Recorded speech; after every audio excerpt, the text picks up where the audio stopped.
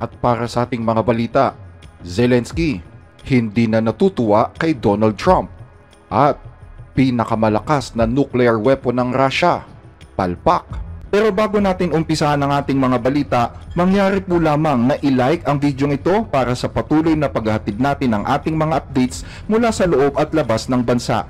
Malaking tulong po ang inyong like para sa aming mga content creator. Maraming salamat po mga kababayan.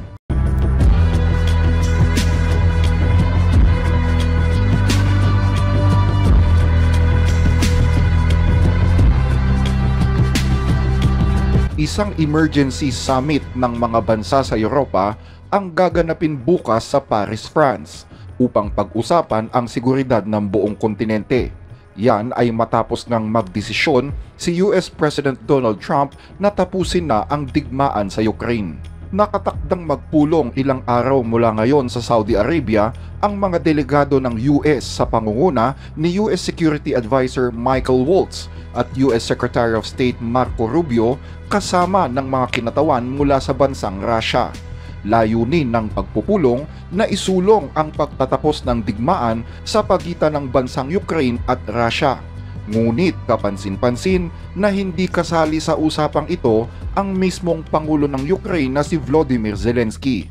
Kinumpirma ni Zelensky na hindi siya kinausap man lang patungkol sa nasabing negosasyon at hindi anya niya matatanggap ang anumang magiging resulta ng nasabing usapan sa pagitan ng US at Russia nang walang partisipasyon ang kanyang bansa. I'm not happy.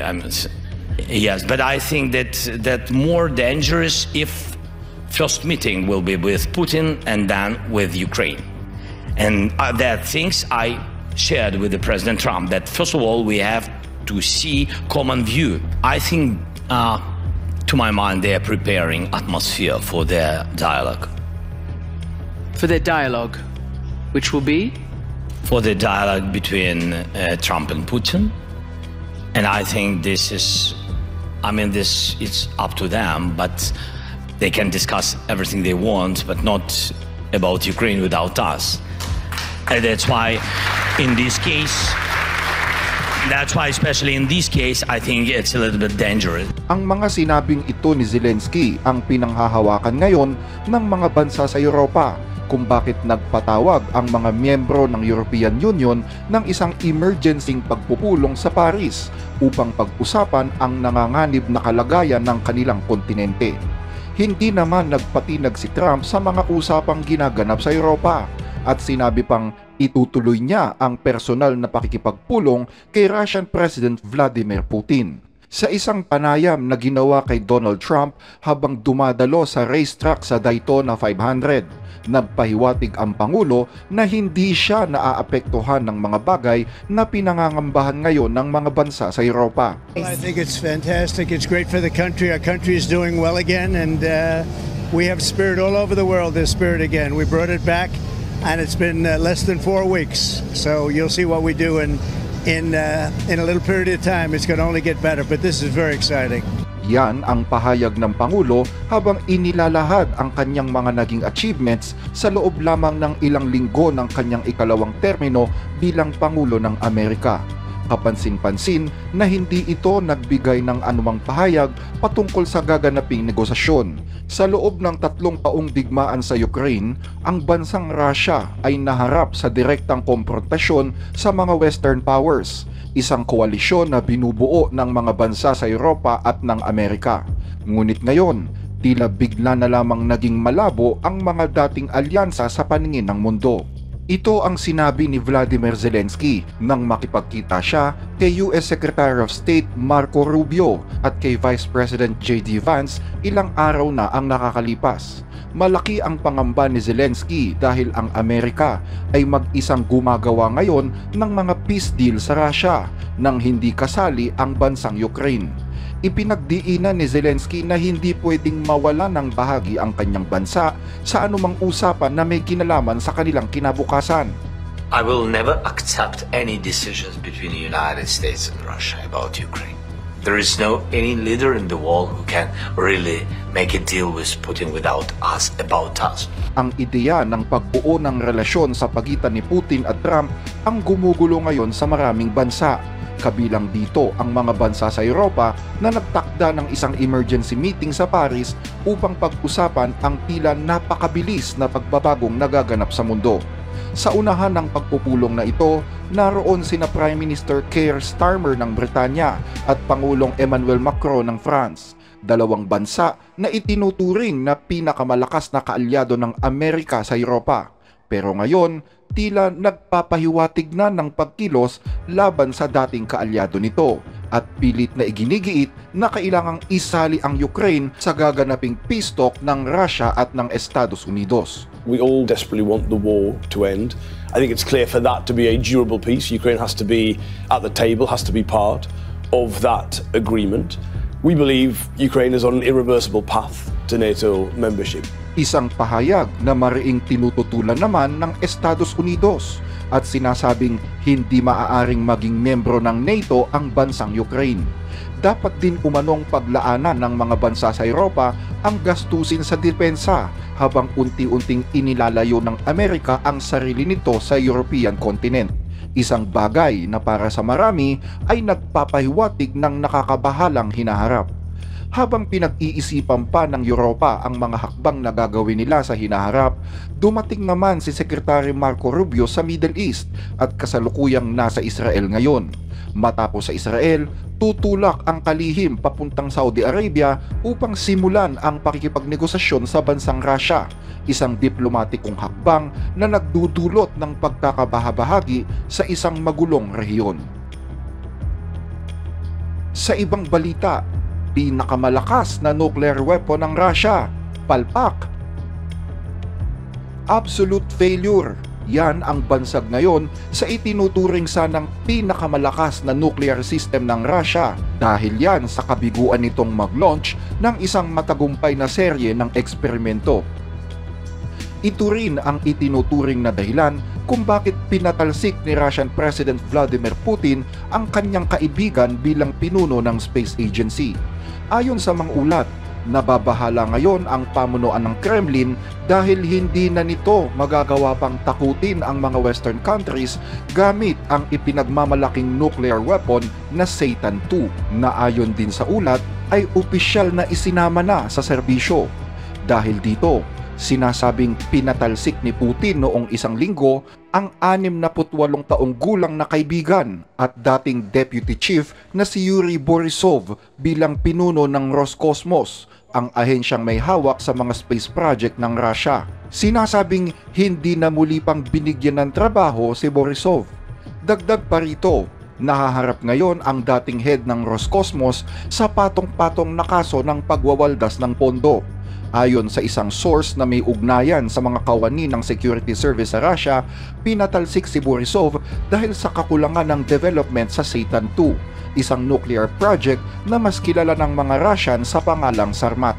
Layunin sana ng proyektong ito na magsilbing monster hypersonic missile na i-deploy laban sa mga Western countries at paliliparin mula sa North at South Pole upang hindi ma-intercept ng anumang missile defense system.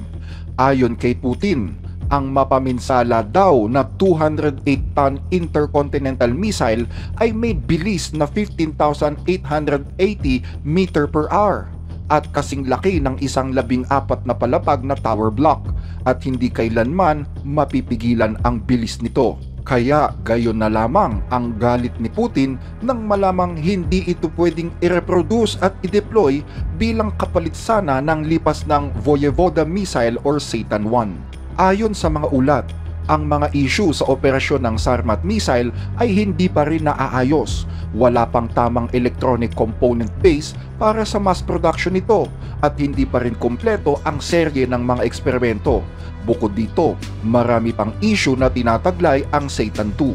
Ayon pa sa mga naunang ulat, dahil sa mga sanctions kung bakit hindi makabili ang Russia ng mga pyesa na gagamitin sa nasabing missile. At noong September 2024, sumabog mismo sa launch pod ang nasabing missile habang sinusubukan ito at nag-iwan ng isang crater na may lapad na 200 talampakan. Isang bagay na naging malaking kahihiyan sa leader ng proyekto na si Borisov. Matatandaan na isang taon bago mangyari ang insidente, ipinagmalaki pa ni Borisov kay Putin na nasa combat duty na ang nasabing missile, na ipinagmalaki din naman ni Putin sa kanyang State of the Nation address. Верховный главнокомандующий вооруженными силами Российской Федерации Владимир Владимирович Путин.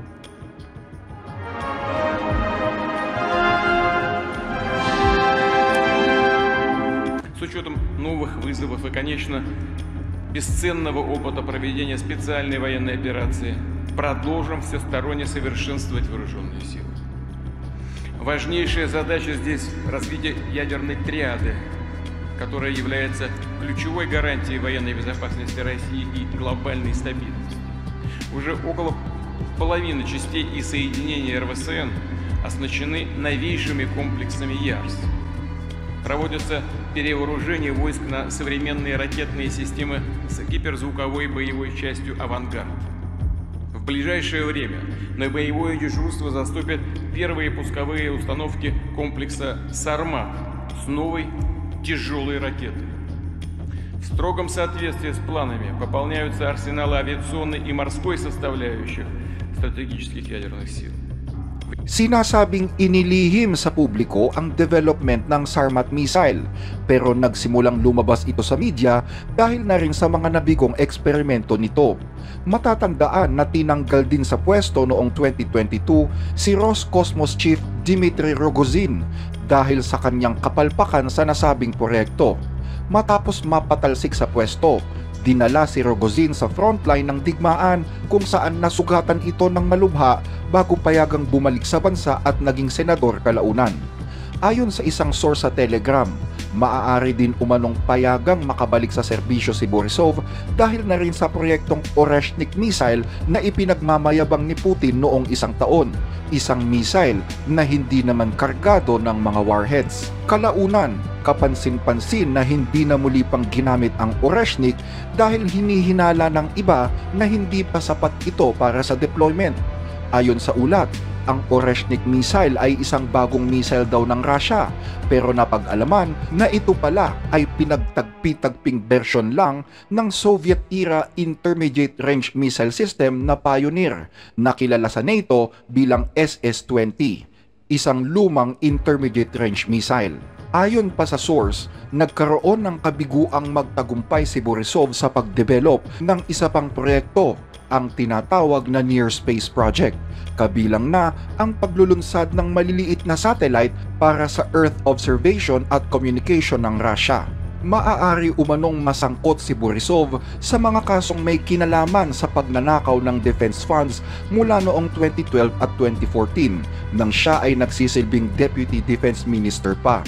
Bilang kapalit naman kay Borisov, inilagay ni Putin ang 29 na taong gulang na si Dmitry Bakanov, na kasalukuyang Deputy Transport Minister at kilalang eksperto sa mga satellite at unmanned vehicles. Hanggang dito ang ating mga balita. Muli ay maraming salamat po sa inyong panonood.